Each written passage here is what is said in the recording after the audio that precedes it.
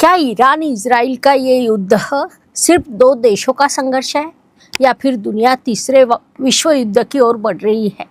जब मैंने Iran, Israel और डोनाल्ड ट्रंप की कुंडली देखी तो ग्रहों में कुछ ऐसे संकेत दिखाई दिए जो आने वाले समय को बेहद खतरनाक बना सकते हैं। नमस्कार। पिछले कुछ समय से युद्ध की संभावनाओं को लेकर मैंने कुछ वीडियो बनाए थे।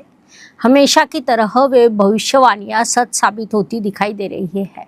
आप में से काफ़ी लोगों ने मुझे फ़ोन किए, मैसेज किए, कमेंट्स में एक ही सवाल पूछा, मैडम आगे क्या होने वाला है? क्या ये युद्ध यही रुक जाएगा या फिर दुनिया किसी बड़े युद्ध की ओर बढ़ रही है? सच कहूँ तो ये सवाल किसी एक देश के लिए सीमित नहीं है, ये पूरी मानवता के लिए चिंता का विषय बन चुका है।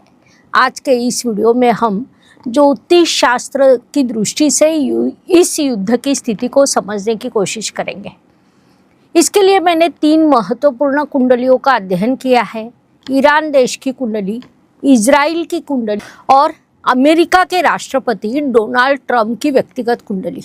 इन तीनों कुंडलियों में ग्रहों की स्थिति हमें क्या संकेत दे रही है, यही आज हम विस्तार से समझेंगे। नमस्कार, मैं हूँ एस्ट्रो गुरुमा डॉक्टर ज्योति जोशी। आप देख रहे हैं एस्ट्रो गुरुमा डॉक्टर ज्योति जोशी यूट्यूब चैनल।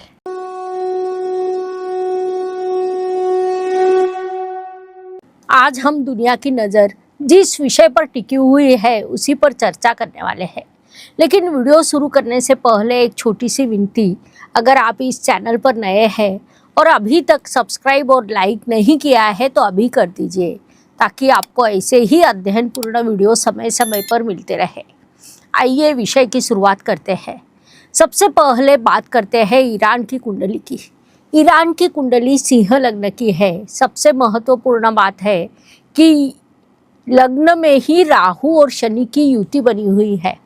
अष्टम भाव में मंगल, बुध और सूर्य एक साथ स्थित है, लेकिन सबसे बड़ा संकेत यहाँ दशा से मिल रहा है। इस समय ईरान में राहु ग्रह की महादशा और गुरु की अंतरदशा चल रही है। ज्योतिष में इस योग को चांडाल योग कहा जाता है। ये ग्रह दूसरे और 12वें भाव से जुड़े हुए हैं, जिसका अर्थ है अत्यधिक संघर्ष, कट्टर धार्मिक भावना और किसी भी कीमत पर पीछे न हटने की मानसिकता। लग्न में शनि राहु की युति जैसे एक ही संदेश दे रही है, भले ही नष्ट हो जाएंगे लेकिन आखिरी क्षण तक लड़ेंगे। एक कहावत है कि सांप की पूंछ पर पैर नहीं रखना चाहिए, कुछ ऐसा ही इस समय पर हुआ लगता है। ईरान में माहौल बेहद गर्म है और ख़ास बात यह है कि ये युद्ध उस समय शुरू हुआ जब ग्रहण का प्रभाव था। मंगल राहु का अंगारक योग सक्रिय था। इस वजह से ये संघर्ष लंबा खींच सकता है, ऐसे संकेत दिखाई देते हैं। इजराइल की कुंडली कन्या लग्न की मानी जाती है और उस पर कर्क राशि का प्रभाव काफ़ी मजबूत है।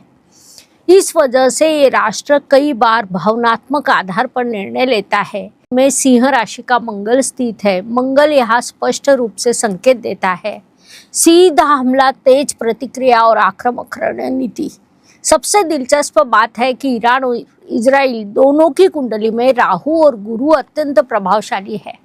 ईरान में गुरु में राहु की दशा और इजराइल की कुंडली में राहु में गुरु की दशा चल रही है। ये ग्रह स्थिति सामान्यतः शांति के बजाय टकराव और विनाश की ओर झुकाव दर्शाती है। अब तीसरी महत्वपूर्ण कुंडली डोनाल्ड ट्रंप की। उनकी कुंडली सिंह लग्न की मानी जाती है। उस समय उनकी कुंडली में गुरु की महादशा और शुक्र के अंतरदशा चल रही है, लेकिन ग्रह के योग ये संकेत देते हैं ट्रंप के लिए व्यक्तिगत स्तर पर खतरे की स्थिति बन सकती है। मैंने पहले कई पॉडकास्ट और वीडियो में कहा था कि डोनाल्ड ट्रंप का व्यक्तित्व बदला नहीं है। जो वे पहले अपने कार्यकाल में थे वही आज भी है, लेकिन इस बार एक चीज़ महत्वपूर्ण थी, उनके शपथ ग्रहण का समय। उस समय मेष लग्न था और लग्नेश मंगल कर्क राशि में नीच का था। राष्ट्र प्रमुख की शपथ का ग्रह योग केवल उस व्यक्ति तक सीमित नहीं रहता, वह पूरे राष्ट्र की दिशा को भी प्रभावित करता है। नीच का लग्नेश अक्सर संकेत देता है नेतृत्व में अस्थिरता, आक्रामक फैसलों के उल्टे परिणाम और भावनात्मक टकराव। इसीलिए मैंने पहले कहा था कि अमेरिका धीरे धीरे डाउनफॉल की दिशा में जा सकता है। जब मैंने ये बात पहले कही थी तो कई लोगों को आश्चर्य भी हुआ था, लेकिन ग्रह अपने नियमों से काम करते हैं। शपथ ग्रहण की सही समय पर बनी कुंडली कोई संयोग नहीं होती, ग्रह संकेत देते हैं और समय उसकी पुष्टि करता है। ट्रम्प के आक्रामक फैसले आगे चलकर अमेरिका के लिए मुश्किलें खड़ी कर सकते हैं। भारत की भूमिका क्या रहेगी? प्रधानमंत्री नरेंद्र मोदी जी की भूमिका क्या होगी? जब मैंने नरेंद्र मोदी जी की कुंडली का अध्ययन किया तो एक सकारात्मक संकेत सामने आया। इस समय उनकी कुंडली में मंगल की महादशा और बुध ग्रह की अंतर्दशा चल रही है। ये दोनों ग्रह आपस में 3-11 कर रहे हैं। इसका सीधा अर्थ है कि भारत की व्यापार नीति, कूटनीति, राजनीति दुनिया के कई देशों से बिल्कुल अलग होगी। युद्ध जैसी परिस्थितियों में भी भारत अपने राष्ट्रीय हितों की रक्षा करने में सफल रहेगा। संभव है कि आगे चलकर ये निर्णय भारत के लिए बड़ा लाभदायक साबित हो। आगे क्या हो सकता है? तो 11 मार्च से 14 मार्च तक 3 दिन का समय तुलनात्मक रूप से थोड़ा सुरक्षित दिखाई देता है। यहाँ संभल सकते हैं तो संभल जाओ, लेकिन 14 मार्च के बाद फिर ग्रह स्थिति काफ़ी संवेदनशील हो जाती है। उस समय राहु और मंगल कुंभ राशि में करीब आ रहे हैं।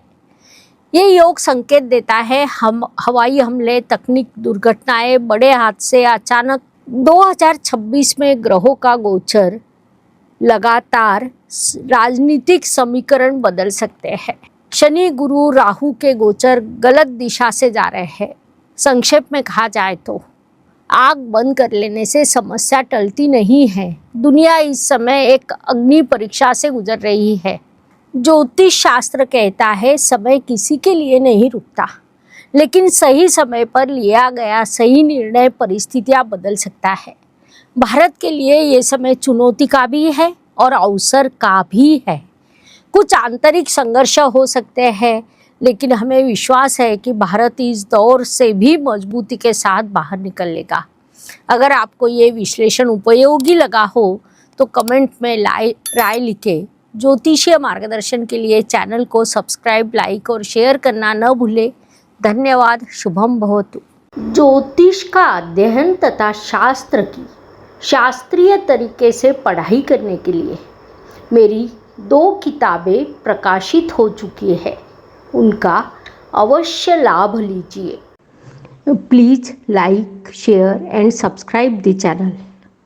और हाँ, बेल आइकॉन दबाना ना भूलें। धन्यवाद।